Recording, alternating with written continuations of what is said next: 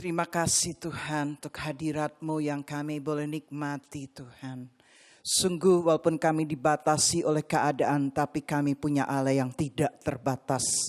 Yang tidak bisa membatasi kami untuk juga menyampaikan kebenaran firman-Mu, untuk mendengarkan firman-Mu, bahkan untuk melakukan kebenaran firman-Mu. Terima kasih Tuhan, dimanapun kami berada pagi hari ini, kami percaya, kami pun bisa menikmati kehadiran-Mu Tuhan. Terima kasih Tuhan, terima kasih biarlah waktu yang ada yang kami boleh nikmati pagi hari ini, kami tidak pakai dengan sia-sia, tapi kami sungguh-sungguh mempergunakan waktu ini dengan bijaksana Tuhan. Beri kami konsentrasi, beri kami hati yang mau mendengar, bahkan hati yang mau melakukan kebenaran firman-Mu. Terima kasih Tuhan, dan setiap umat Tuhan yang bukan saja siap mendengar kebenaran firman-Mu, tapi bagi setiap kami yang siap menjadi pelaku firman, boleh sama-sama katakan amin. Haleluya, shalom semuanya. Rasanya kangen sekali untuk saya sebagai gembala bisa ketemu dengan Anda. Tapi saya bersyukur walaupun kita masih bisa beribadah. Itu sebabnya saya himbau saudara semuanya, yuk waktu yang singkat ini mungkin dari tadi pujian penyembahan, hanya mungkin 1 jam 20 menit, 1 jam 15 menit. Kita pakai waktu ini untuk mendengar firman Tuhan dengan sungguh-sungguh. Nah sebelumnya saya juga ingatkan, persiapkan roti dan anggur. Anda boleh pakai yang sederhana saja ya. Karena setelah firman kita akan sama-sama masuk dalam perjamuan kudus. Amin. Nah, saya juga ingatkan bagi Anda yang belum bergabung dalam komunitas mesianik, atau bagi yang anak-anak muda mereka menamakan Messianic Community, ya MC. Nah, saya himbau Anda bergabung dengan KM-KM yang ada. Nah, Anda bertanya KM siapa Bu? Nah, KM siapa Tante? Anda boleh lihat di website kami www.rocksydney.org.eu. Nah, di situ ada KM-KM Anda boleh menghubungi dan Anda boleh bergabung. Termasuk kami sebagai gembala di tempat ini, kami juga pegang KM dan kami tetap melakukan KM kami melalui sarana Zoom. Luar biasa ya, kita tetap bisa ibadah. Puji Tuhan, kita masih bisa tetap ibadah. Amin. Yang setuju sama saya katakan amin dengan mantap. Yang mau bergabung dengan KM, yang belum bergabung dan mau bergabung, saya sangat menghimbau dan saya sangat menganjurkan Anda bergabung di dalam KM. Kenapa saya mau bilang gini, ibaratnya kapal yang besar. Waktu kapal yang besar itu kena badai, kena ombak, sehingga kapal yang besar itu harus terhenti, maka kapal besarnya akan melepaskan skoci-skoci. Melepaskan kapal-kapal kecil skoci-skoci, dan para penumpang disarankan untuk masuk ke skoci itu supaya akhirnya mereka pun selamat sampai ke daratan. Nah, itu tujuannya KM. Itu tujuannya komunitas mesianik. Itu tujuannya Messianic Community. Skop kecil yang merupakan kepanjangan dari gereja untuk kita bisa sama-sama bersekutu, bertumbuh bersama, memenangkan jiwa. Ya, yuk saya encourage jemaat semuanya, termasuk para pekerja yang belum bergabung, yuk kita bergabung. Kebetulan ini fasilitasnya, Anda mau tinggal di mana, bisa tetap ikut KM, amin, lewat fasilitas Zoom tersebut. Nah, baiklah, yuk sekarang siapkan hati, kita masuk dalam firman Tuhan. Izinkan saya berbicara sebagai ibu dari keluarga besar Rock Sydney ya, sebagai ibu rohani, sebagai ibu gembala Anda yang menyampaikan apa yang Tuhan taruh dalam hati saya, khususnya dalam hari-hari ini. Nah, kalau saya mau kasih tema, maka tema firman Tuhan yang akan saya sampaikan adalah fokus kepada rencana Tuhan. Jangan fokus kepada kacamata saya, ini tanda saya sudah bertambah usianya. Tanda saya sudah mulai menua. Itu sebabnya butuh saya memakai kacamata. Yuk, tema pagi hari ini apa? Fokus kepada rencana Allah. Nah, semua masalah, semua persoalan, penderitaan yang Tuhan izinkan terjadi dalam hidup kita, untuk terus-menerus mengubah cara berpikir Anda dan saya. Supaya akhirnya kita tetap di dalam rencana Tuhan. Bahkan sampai melakukan kehendak Tuhan yang sempurna. Roma 12 ayat 2 berkata begini. Janganlah kamu menjadi serupa dengan dunia ini. Tetapi berubahlah oleh pembaharuan budimu. Sehingga kamu dapat membedakan manakah kehendak Allah. Apa yang baik, yang berkenan kepada Allah, dan yang sempurna. Haleluya. Nah, kita mau fokus semua yang terjadi dalam hidup Anda dan saya, bahkan yang terjadi hari-hari ini, hanya untuk mengubah cara berpikir kita, mengubah cara berpikir Anda semuanya, untuk akhirnya kita kembali kepada rencana Allah, bahkan untuk akhirnya kita bisa melakukan kehendak Allah, bahkan dikatakan kehendak sampai kepada kehendak Allah yang sempurna. Nah, saya akan mengajak Anda belajar dari seorang muda, kehidupan seorang muda yang namanya Daud. Di dalam 1 Samuel 16 ayat 13, Daud ini anak yang tidak diperhitungkan ya oleh orang tuanya, tetapi yang tidak diperhitungkan justru yang dipilih Allah. Bukan hanya dipilih Allah, Daud bukan hanya dipilih, tetapi Daud diurapi jadi raja. Ada pagi hari ini yang merasa engkau ada hari ini, engkau orang-orang yang tidak diperhitungkan. Engkau orang-orang yang sepertinya udahlah disepelekan. Ada berita baik bagi Anda semuanya. Anda adalah orang-orang yang dipilih Tuhan. Bukan hanya dipanggil, dipilih. Bahkan Anda adalah orang-orang yang diurapi Tuhan. Yang setuju sama-sama dengan mantap katakan amin. Samuel mengambil tabung tanduk yang berisi minyak itu dan mengurapi Daud di tengah-tengah saudara-saudaranya. Sejak hari itu dan seterusnya berkuasalah roh Tuhan atas Daud. Lalu berangkatlah Samuel menuju Rama. Saat Daud diurapi, waktu itu dia berumur 16 tahun. Halo remaja-remaja, anak-anak remaja, cucu-cucu remajaku, Anda yang berusia 16 tahun, ada berita sukacita. Sejak remaja pun Allah memilih Anda semuanya, amin. Nah, selanjutnya dikatakan, pada suatu saat Raja Saul, Raja Israel, Raja bangsa Israel, Saul membutuhkan seorang yang pandai bermain kecapi. Untuk ada di istana Raja Saul dan untuk memainkan kecapinya pada waktu Raja Saul dihinggapi oleh roh jahat. Nah, singkat cerita, maka hamba-hamba Saul mendapati Daud bin Isai, anaknya bapak Isai. Dikatakan lalu jawab salah seorang hamba itu, katanya, sesungguhnya aku telah melihat salah seorang dari anak laki-laki Isai orang Bethlehem itu yang pandai main kecapi. Lihat, talented ya, penuh talenta ya, punya talenta ya. Anyway, Anda tidak bisa main kecapi, Anda bisa main gitar, bisa main keyboard, minimal Anda bisa menyanyi. Amin.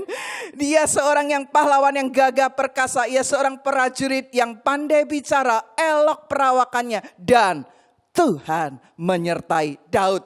Ini yang penting banget, Tuhan menyertai Daud, Tuhan menyertai Anda. Nah, dikatakan lanjut, tetapi Daud akhirnya setiap hari dia ke istana raja dan dia bermain kecapi. Tiap hari tugas Daud datang ke istana raja dan dia bermain kecapi. Tapi apa yang dikatakan ini sikap Daud, kita belajar beberapa sikap Daud yang indah. Tetapi Daud setelah pulang dari istana Raja Saul, dia tetap menggembalakan domba ayahnya di Bethlehem. Daud sudah diurapi jadi raja loh. Tetapi dia tetap bertanggung jawab dan rendah hati.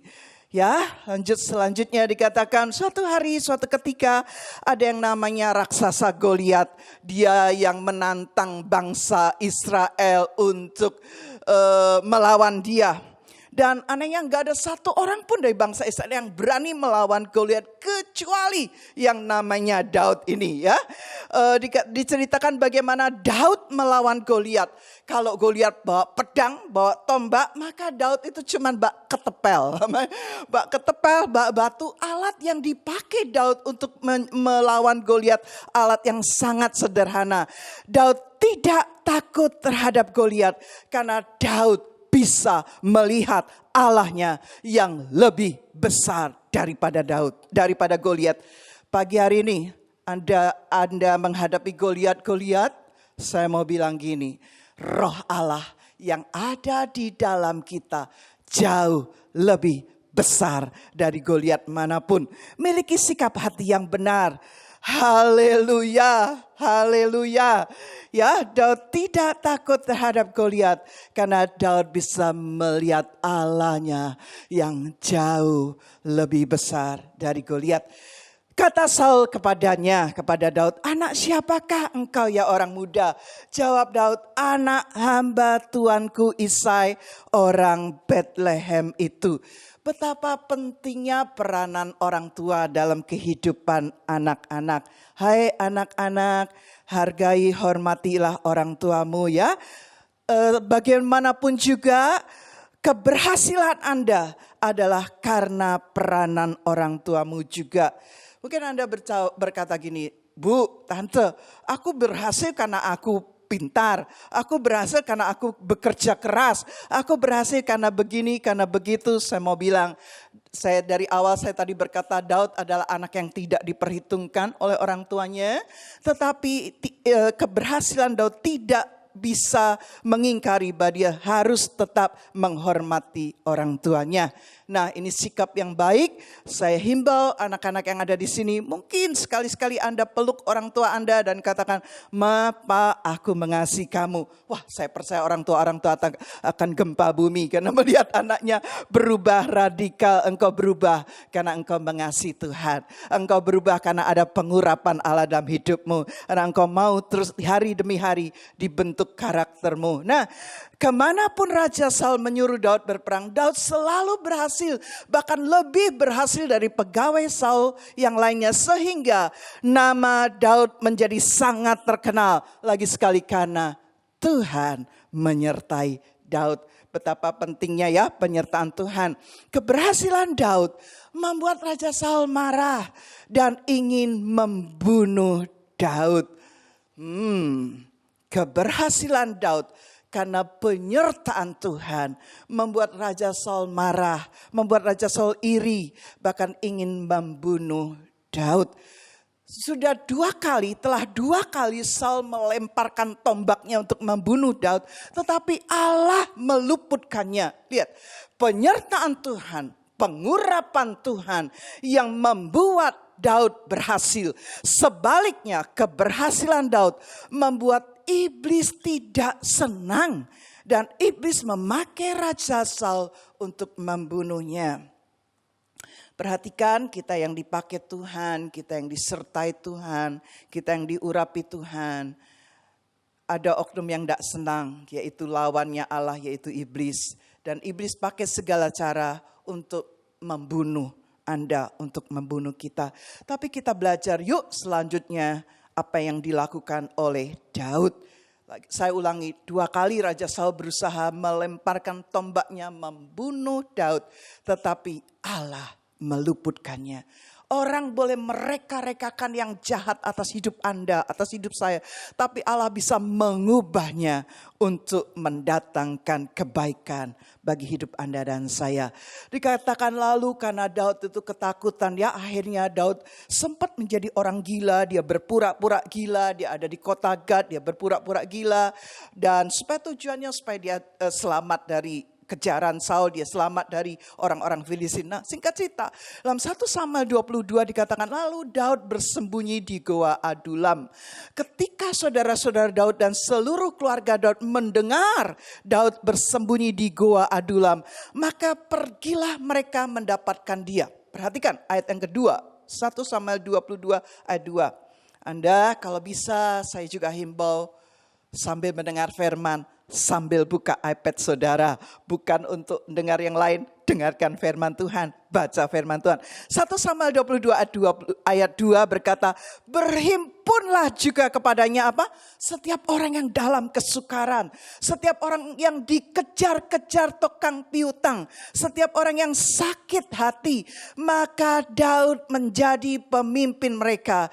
Bersama-sama dengan Daud ada kira-kira 400 orang. Lihat, di tengah-tengah Daud ketakutan dan dia bersembunyi di gua Adulam. Secara manusia, karena ketakutan dia sembunyi secara manusia nih, logikanya. Alangkah senangnya Daud jikalau waktu dia bersembunyi di gua Adulam, yang mendampingi Daud adalah para pahlawan yang gagah perkasa. Kenyataannya yang berkumpul sama Daud, yang ikut sembunyi mencari Daud dalam gua Adulam adalah orang-orang yang dalam kesukaran. Orang-orang yang dikejar-kejar debt collector. Orang-orang yang barisan sakit hati. Tetapi bersyukur Daud tidak menjadi pemimpin barisan sakit hati. Tapi Daud mengubah orang-orang yang dalam kesukaran. Mengubah orang-orang yang ketakutan karena dikejar-kejar debt collector. Mengubah orang-orang yang sakit hati. Daud ubah menjadi para pahlawan perangnya Tuhan. Haleluya. Haleluya. Dan dikatakan ayat yang ketiga, dari sana Daud pergi ke Mispa di Moab dan berkata kepada raja negeri Moab, izinkanlah ayahku dan ibuku tinggal padamu sampai aku tahu apa yang dilakukan Allah kepadaku. Lalu diantarkannyalah mereka kepada raja negeri Moab dan mereka tinggal bersama dia selama Daud ada di kubu gunung. Lagi-lagi kita belajar satu hal yang indah tentang sikap Daud. Di tengah-tengah kejaran Saul untuk membunuh Daud dan Daud bersembunyi di gua Adulam, dia pun masih memperhatikan orang tuanya. Haleluya. Pada umumnya kalau kita lagi susah, apalagi lagi sangat ketakutan, lagi problem besar, pada umumnya kita nggak mikir orang lain. Tapi Daud dalam ketakutannya dia justru masih tetap memikirkan orang tuanya. Dia titipkan orang tuanya ke Raja Moab. Dia juga melatih orang-orang tadi yang berkumpul dengan dia, yang dalam ketakutan, yang dalam kesukaran, yang dikejar debt collector, yang sakit hati. Dia melatih orang-orang yang dalam ketakutan, dalam kesusahan menjadi pahlawan perang. Yuk miliki sikap ini. Karena hari-hari ini kita sedang dalam ketakutan. Hari-hari ini kita sedang dalam keadaan yang gak menentu. Miliki sikap seperti Daud.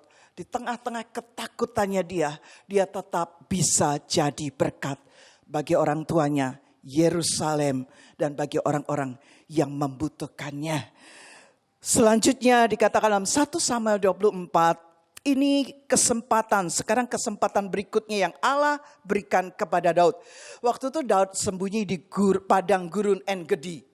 Nah, kemudian dikatakan 1 Samuel 24 ayat yang kedua, kemudian Saul mengambil 3.000 orang yang terpilih dari seluruh orang Israel, lalu pergi mencari Daud dan orang-orangnya di gunung batu kambing hitam. Wow, Saul ini waktu ngejar Daud bukan Saul sendiri loh. Dia bersama 3.000, dikatakan 3.000 orang yang terpilih. Wow, saya rasanya bisa merasakan ketakutan Daud yang luar biasa. Udah sembunyi di goa, sembunyi di padang gurun, masih dikejar-kejar. Mending dikejar dengan beberapa orang. Ternyata dikejar dengan 3.000 orang pilihan. Tapi apa yang terjadi? Ayat yang keempat. Lalu berkatalah orang-orangnya kepada Daud. Ada ayat ketiganya, ayat ketiga saya baca. Saul sampai ke kandang-kandang domba di tepi jalan. Di sana ada goa dan Saul masuk ke dalamnya untuk membuang hajat. Tetapi Daud dan orang-orangnya duduk di bagian belakang goa itu. Lalu berkatalah orang-orangnya kepada Daud, telah tiba hari yang dikatakan Tuhan kepadamu. Sesungguhnya aku menyerahkan musuhmu ke dalam tanganmu. Maka perbuatlah apa yang kau pandang baik. Maka Daud bangun lalu memotong punca jubah Saul dengan diam-diam. Daud punya kesempatan untuk membunuh Saul.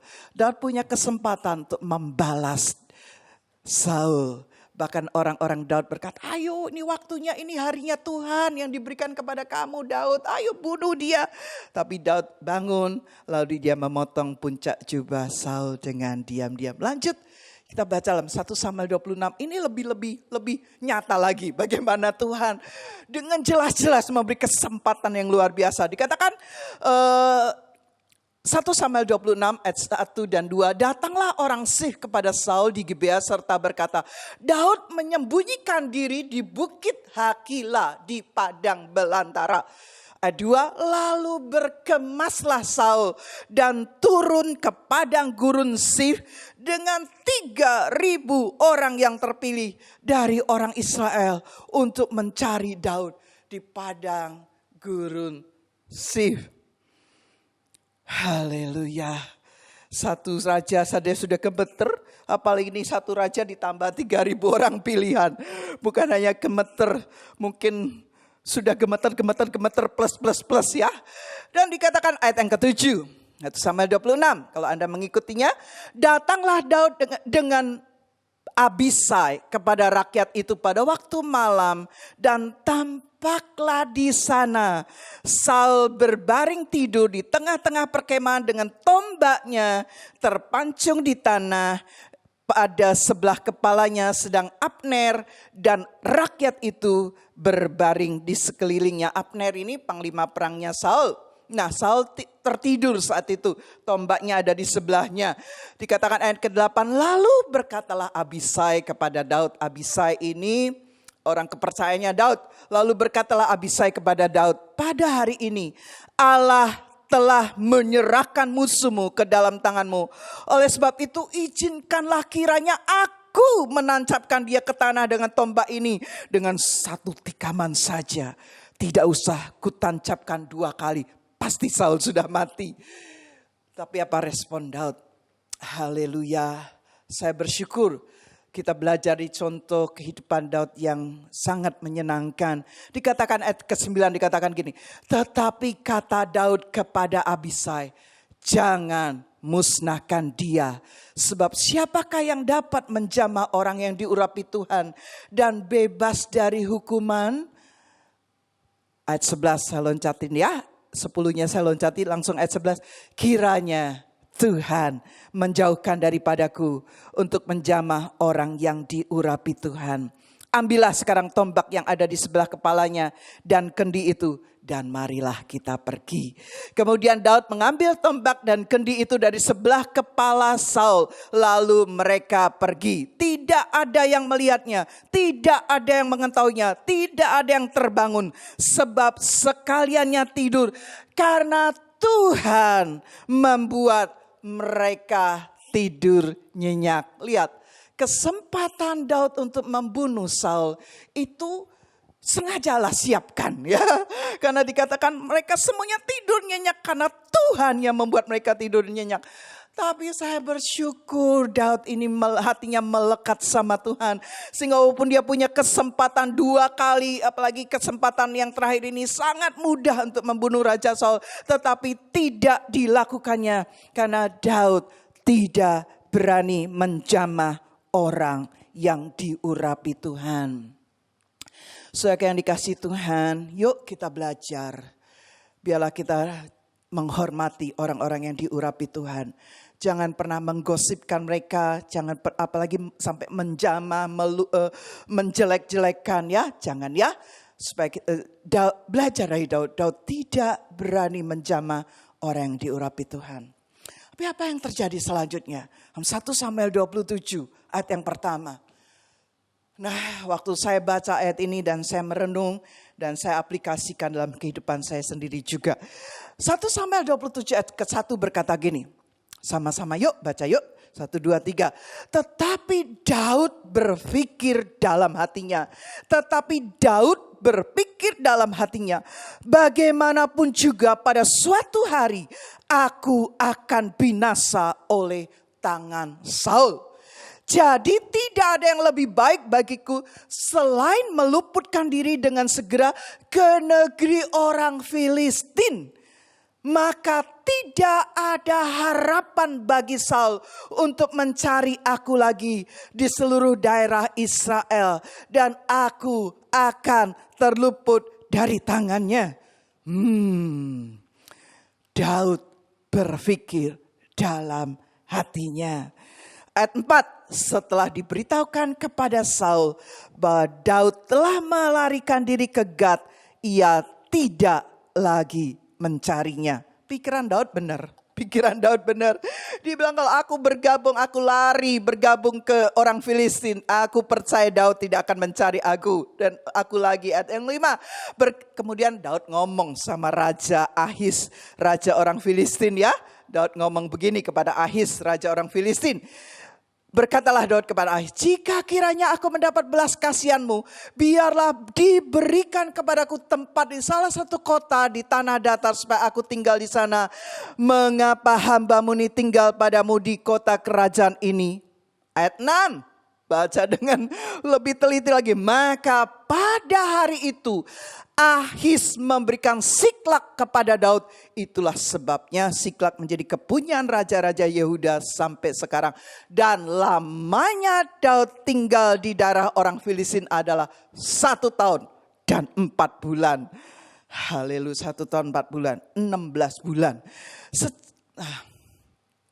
Saya berhenti sebentar di 1 Samuel 27 ini dan saya mulai introspeksi dan saya mulai melihat seringkali yang secara fisik Daud ini sangat lelah. Jadi Anda jangan menyalahkan Daud ya. Karena kalau Anda di posisi Daud, kalau saya di posisi Daud, mungkin saya juga bisa berbuat yang sama.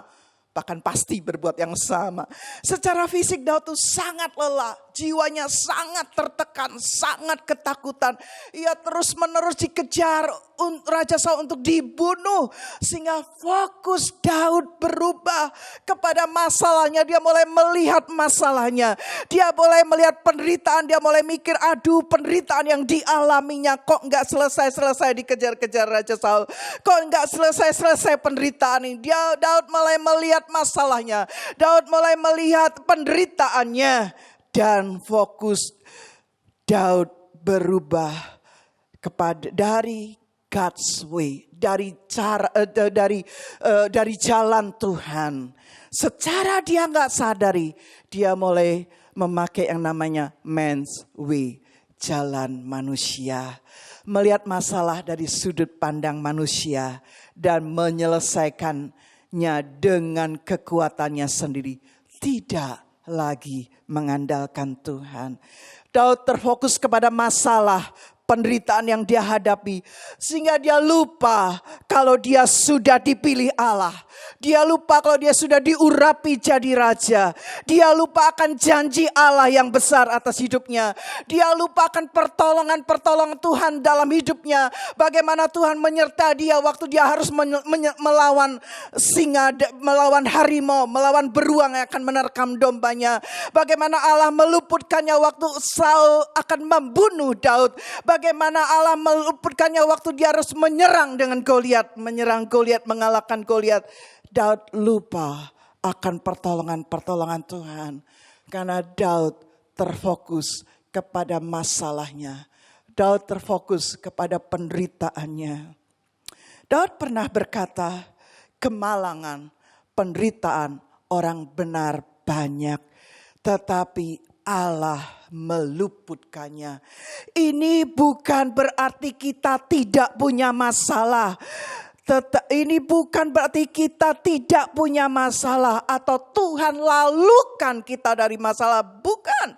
Ambil contoh lagi, Sadrah, Mesah, Abednego. Dia harus tetap masuk dapur api. Daniel, dia harus tetap masuk gua singa.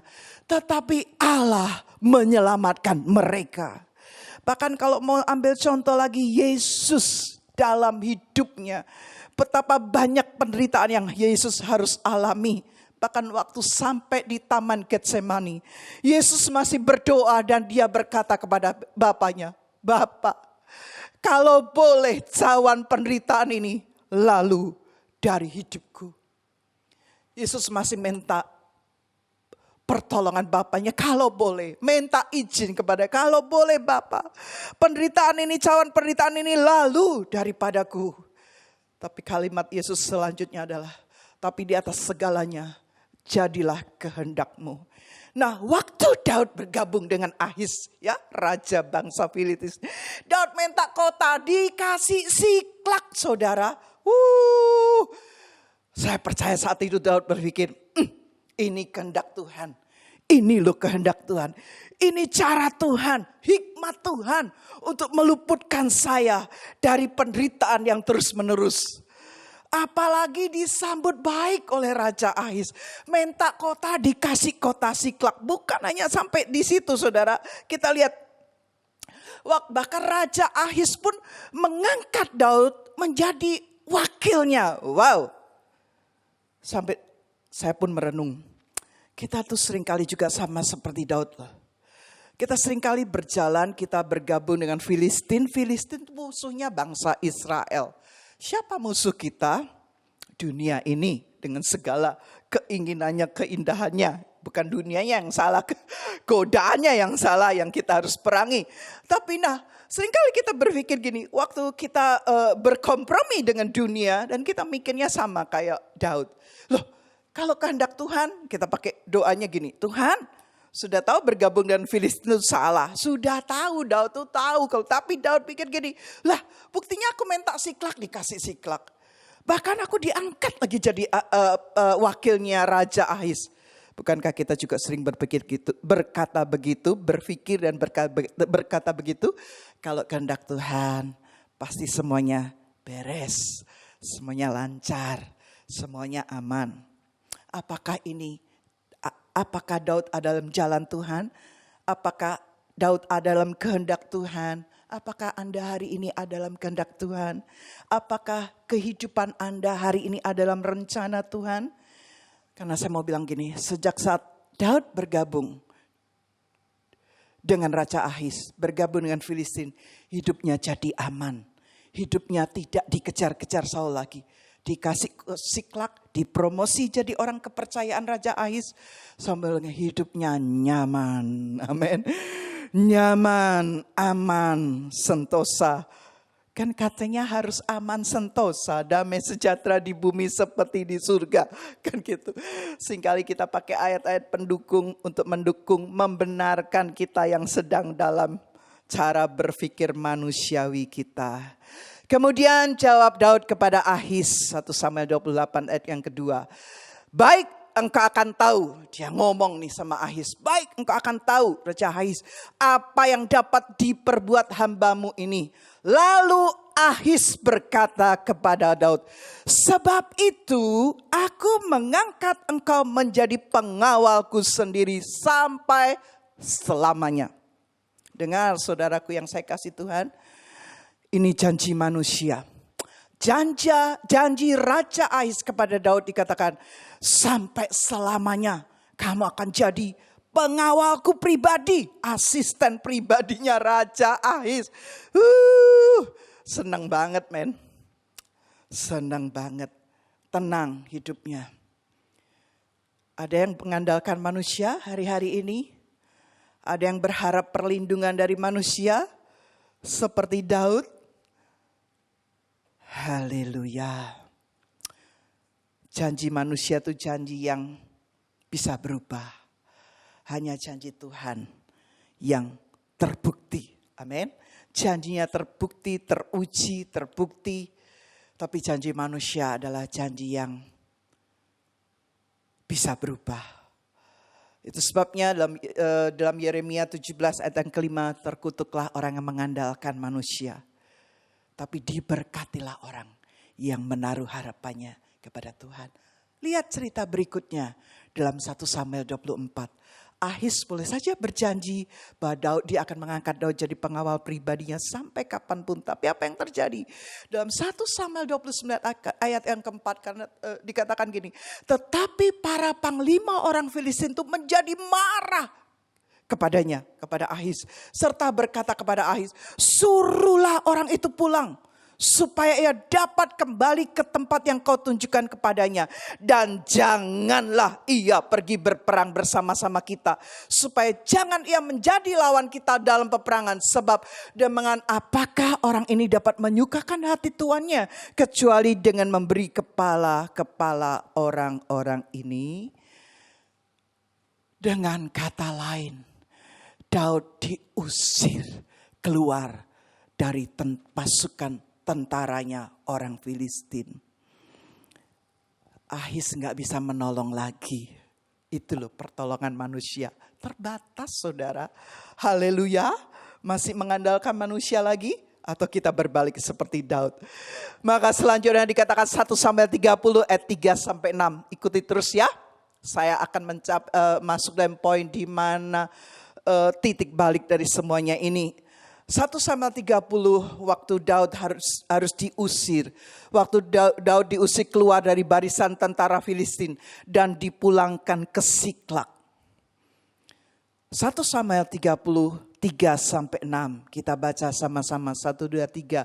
Ketika Daud dan orang-orangnya sampai ke kota Siklak, tampaklah kota itu terbakar habis dan istri mereka serta anak mereka yang laki-laki dan perempuan telah ditawan. Lalu menangislah Daud dan rakyat yang bersama-sama dengan dia itu dengan nyaring, sampai mereka tidak kuat lagi menangis. Juga kedua istri Daud ditawan, yakni Ahinoam perempuan Yisrael dan Abigail bekas istri Nabal orang Karmel itu. Dan Daud sangat terjepit karena rakyat mengatakan hendak melempari dia dengan batu. Seluruh rakyat itu telah pedih hati masing-masing karena anaknya laki-laki dan perempuan. Tetapi Daud menguatkan kepercayaannya kepada Tuhan Allahnya. Siapapun orangnya, termasuk saya, saat menghadapi masalah yang sangat besar dan pasti mengalami goncangan, jiwanya juga mengalami goncangan. Daud mengalami goncangan dalam jiwanya sehingga dikatakan ayat keempat, lalu Daud menangis dengan suara nyaring sampai tidak kuat lagi menangis. Mungkin saat itu timbul dalam pikiran Daud, timbul pertanyaan tentang keberadaan Allah, tentang peranan Allah dalam hidupnya. Dia berkata, aku saat ini sudah dikembalikan, aku diusir dan aku balik ke kota Siklak. Tapi justru kota Siklak kota yang menjadi tempat perteduhan bagi dia, keluarga Daud dan bagi keluarga pasukan perangnya justru dibakar habis. Bahkan bukan hanya kotanya yang dibakar, termasuk anak istri Daud, anak istri prajuritnya semuanya ditawan. Sepertinya kalau Daud depresi, jangan menyalahkan dia.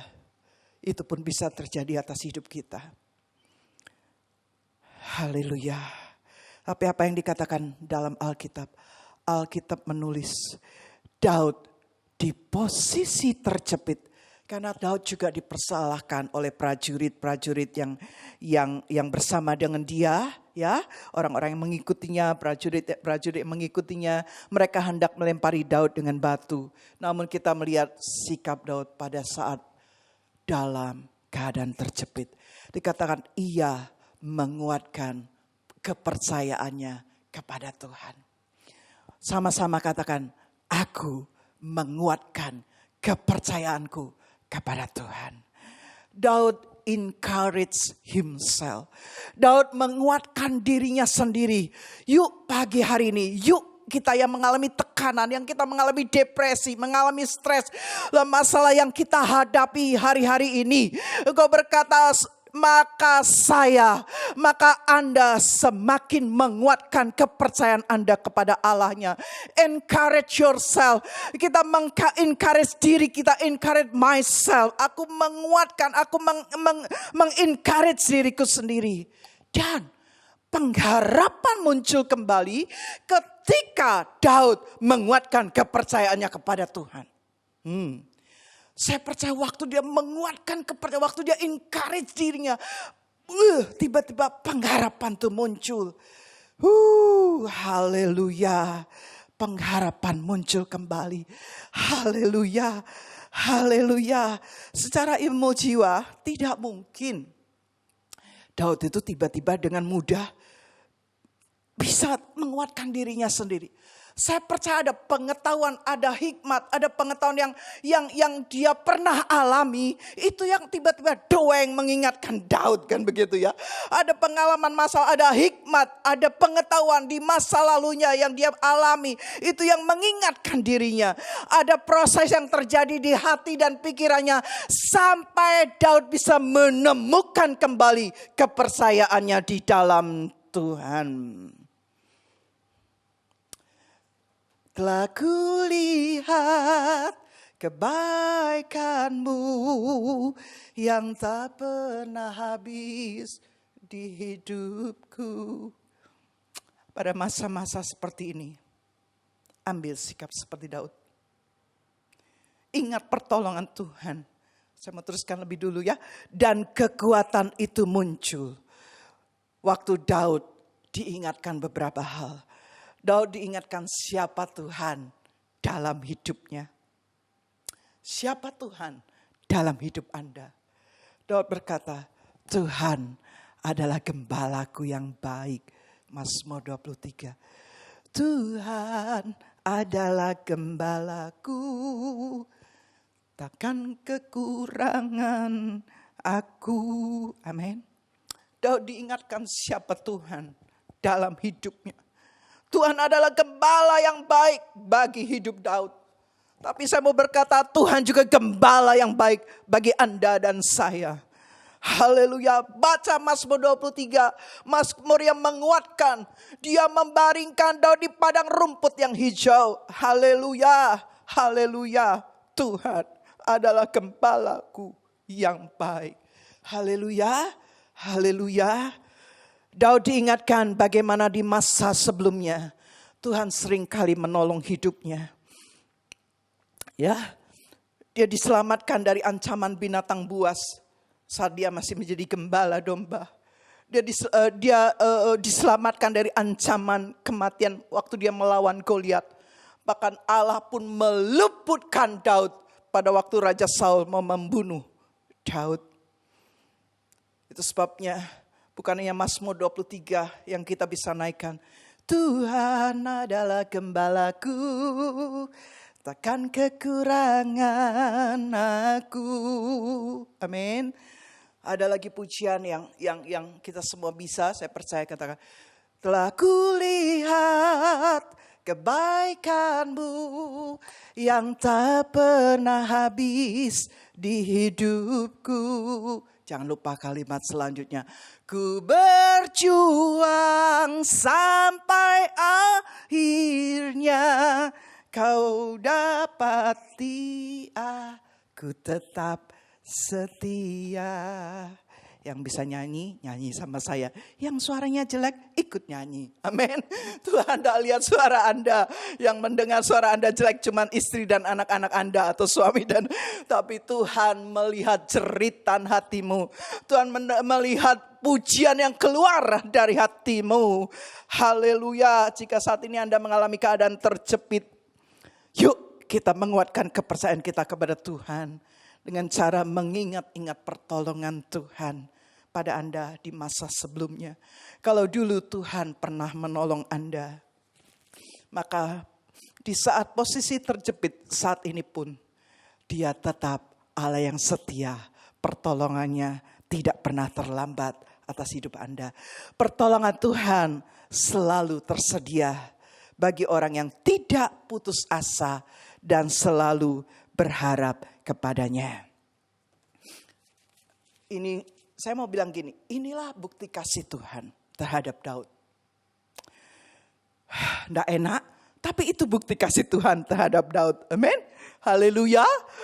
Inilah bukti kasih Tuhan kepada Anda dan saya. Tuhan membuat semuanya ini terjadi untuk mengubah cara berpikir Daud kembali berjalan dalam rencana Tuhan. Supaya Daud kembali berjalan dalam destininya Tuhan, dalam purpose-nya Tuhan, dalam rencananya Tuhan. Karena rencana Allah bagi Daud, raja bangsa Israel. Allah melihat Allah melihat rencananya yang jauh lebih besar daripada yang Daud bisa lihat. Allah melihat suatu bangsa atas hidup Daud. Allah membuat Daud kembali kepada rencana yang semula bagi hidupnya. Allah membuat Anda kembali kepada rencananya yang semula bagi hidup Anda dan saya. Lanjut ya.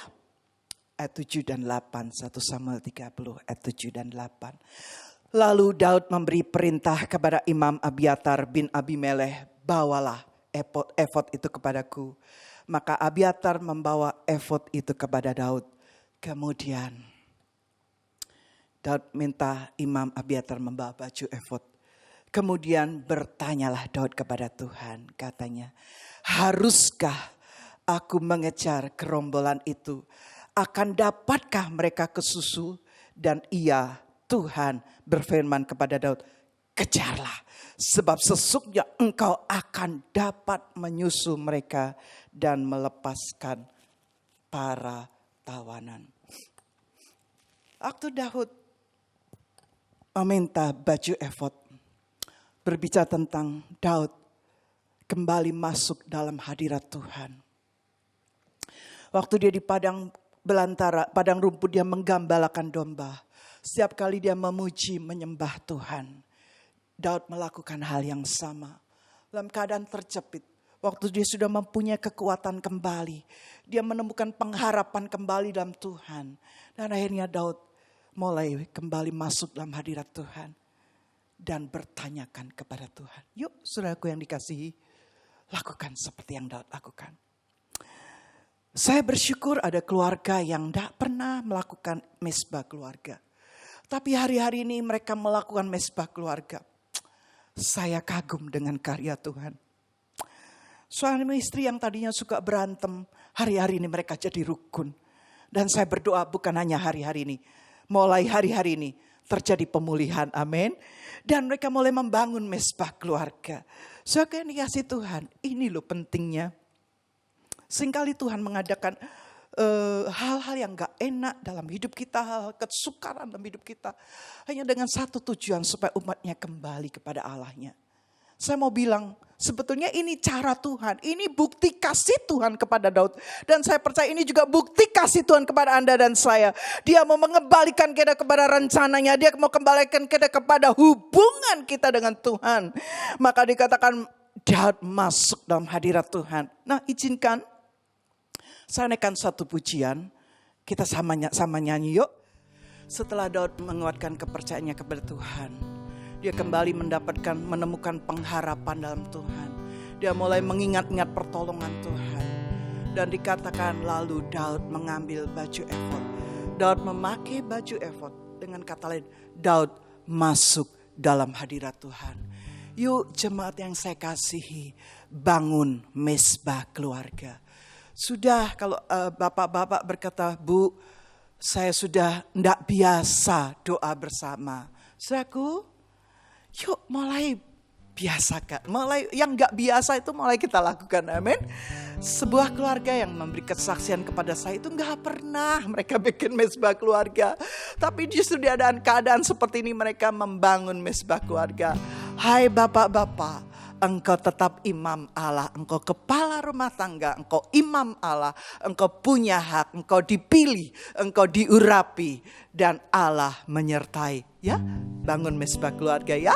Dan yuk kita sama-sama naikkan pujian ini ya. Hadirat-Mu Tuhan,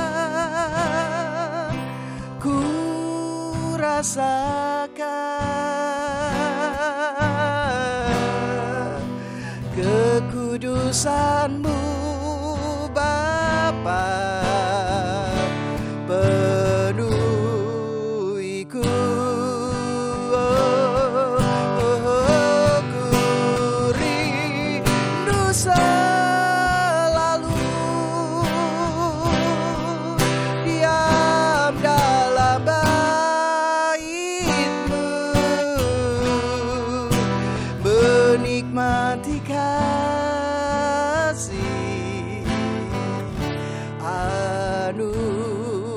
anugerah-Mu, sama-sama katakan hadirat-Mu Tuhan.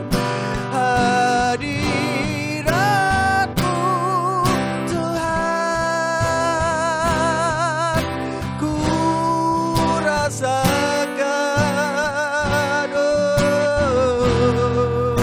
kekudusan-Mu Bapa, penuhiku.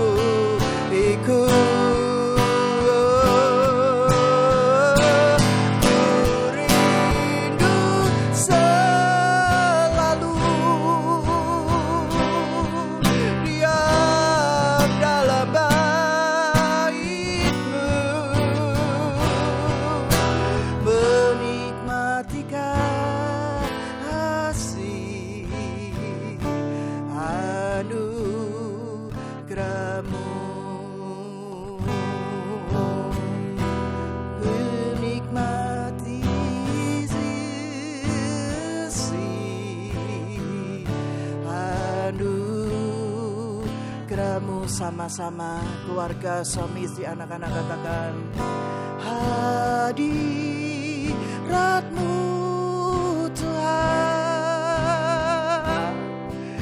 ku rasakan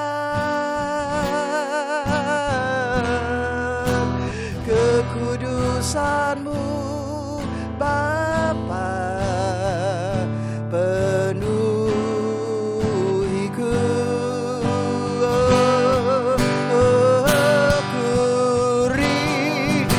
Selalu diam dalam bait-Mu, menikmati kasih anugerah-Mu.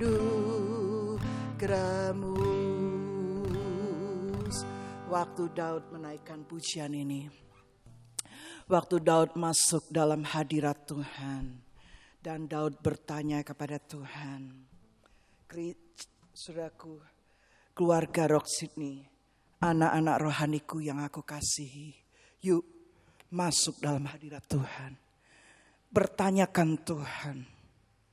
Waktu Daud masuk dalam hadiratnya, dia bertanyakan kepada Tuhan dan Tuhan menjawab.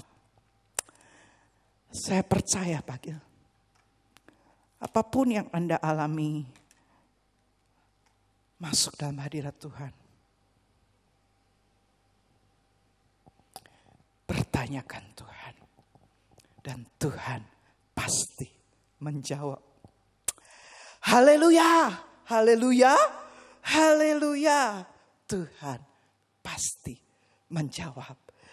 Haleluya. Yuk. Suami, istri, anak-anak merendahkan diri. Berdoa mencari wajah Tuhan. Berbalik dari cara-cara kita yang salah. Mungkin kita sudah bergabung dengan Filistin. Yuk kita berbalik kepada Allah.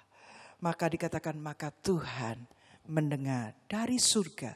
Tuhan mendengar dan Tuhan memulihkan keluarga kita. Lanjut ayat yang ke-18 sampai 20. Daud melepaskan semua apa yang dirampas oleh orang Amalek itu. Juga kedua istrinya dapat dilepaskan Daud. Tidak ada yang hilang pada mereka. Dari hal yang kecil sampai hal yang besar. Sampai anak laki-laki, anak perempuan, dan dari jarahan. Sampai segala sesuatu yang telah dirampas mereka. Semuanya itu dibawa Daud kembali. Daud mengambil segala kambing domba dan lembu. Semuanya itu digiring mereka di hadapannya. Serta berkata, inilah jarahan Daud. Waktu Tuhan mengembalikan Daud kepada rencananya yang semula atas hidup Daud. Bukan hanya hak-hak Daud, keluarganya, hartanya Daud, keluarga dan harta prajuritnya yang dipulihkan. Tetapi Allah juga memberikan jarahan yang berlimpah. Haleluya. Ini loh waktu Tuhan memulihkan kita. terjadi pemulihan keluarga Daud, pemulihan semua keluarga prajuritnya, akan terjadi pemulihan suami istri, akan terjadi pemulihan orang tua anak, akan ada hati bapak-bapak yang kembali kepada anak-anaknya, akan terjadi hati anak-anak yang berbalik kepada bapak-bapaknya, terjadi pemulihan keluarga, terjadi mesbah keluarga. Dan dikatakan selanjutnya, semua yang dirampas musuh berhasil direbut kembali. Bahkan Daud mendapat jarahan yang berlimpah. Saya percaya ini pun akan terjadi dalam hidup Anda dan saya. Semua yang dirampas iblis Allah kembalikan. Terjadi pemulihan keluarga, terjadi pemulihan dalam bisnis Anda, pemulihan dalam keuangan Anda, pemulihan dalam kebahagiaan Anda, pemulihan dalam kesehatan Anda. Apapun yang dicuri iblis, hari ini Tuhan kembalikan, bahkan limpah dengan jarahannya. Haleluya, haleluya. Saya mendengar ada banyak orang kehilangan pekerjaan. Ada banyak orang yang mengalami kerugian dalam bisnis. Ada banyak penghasilan yang menurun drastis, sementara mereka harus membayar cicilan bank, hutang bank. Masa depan yang gak menentu, kebahagiaan rumah tangga, kesehatan yang menurun. Yuk kita berbalik sungguh-sungguh kepada Tuhan. Yuk kita memperkuat kepercayaan kita kepada Tuhan. Kembali, mari kita kembali kepada rencana Allah yang semula. Rencana Allah yang semula, rencana Tuhan atas hidup Anda dan saya. Wahyu 22 ayat 13 berkata, Aku adalah Alfa dan Omega, yang pertama dan yang terkemudian, yang awal dan yang terakhir. Tapi saya mau tambahkan, dia bukannya Allah Alfa dan Omega, yang awal dan yang akhir, tapi dia juga Allah yang ada di pertengahan, Allah yang ada dalam perjalanan hidup Anda dan saya. Haleluya. 1 Petrus 2 ayat 9 berkata, tetapi kamulah bangsa yang terpilih, imamat yang rajani, bangsa yang kudus, umat kepunyaan Allah sendiri, supaya kamu memberitakan perbuatan-perbuatan yang besar dari Dia yang telah memanggil kamu keluar dari kegelapan kepada terangnya yang ajaib. Hai bapak-bapak, Anda adalah imamat yang rajani, imam-imam yang berkerajaan. Hai ibu-ibu, engkau adalah imam-imam yang berkerajaan. Hai orang-orang muda, engkau adalah imamat yang rajani, bangsa yang kudus, umat kepunyaan Allah sendiri, untuk memberitakan perbuatan-perbuatan yang besar dari Dia. Haleluya, yang telah memanggil Anda dan saya keluar dari kegelapan. Haleluya.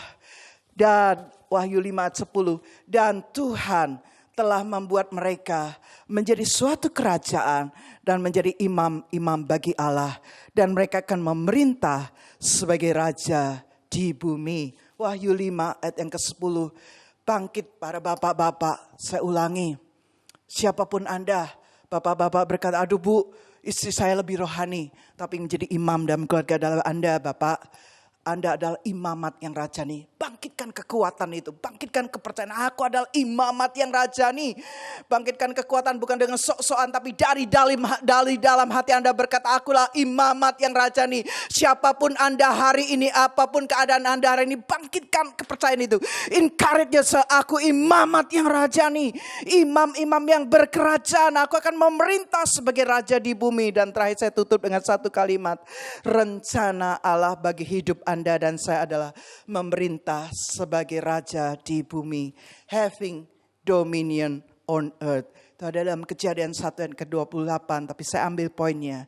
Having dominion on earth. Kita berkuasa bukan kepada orang lain.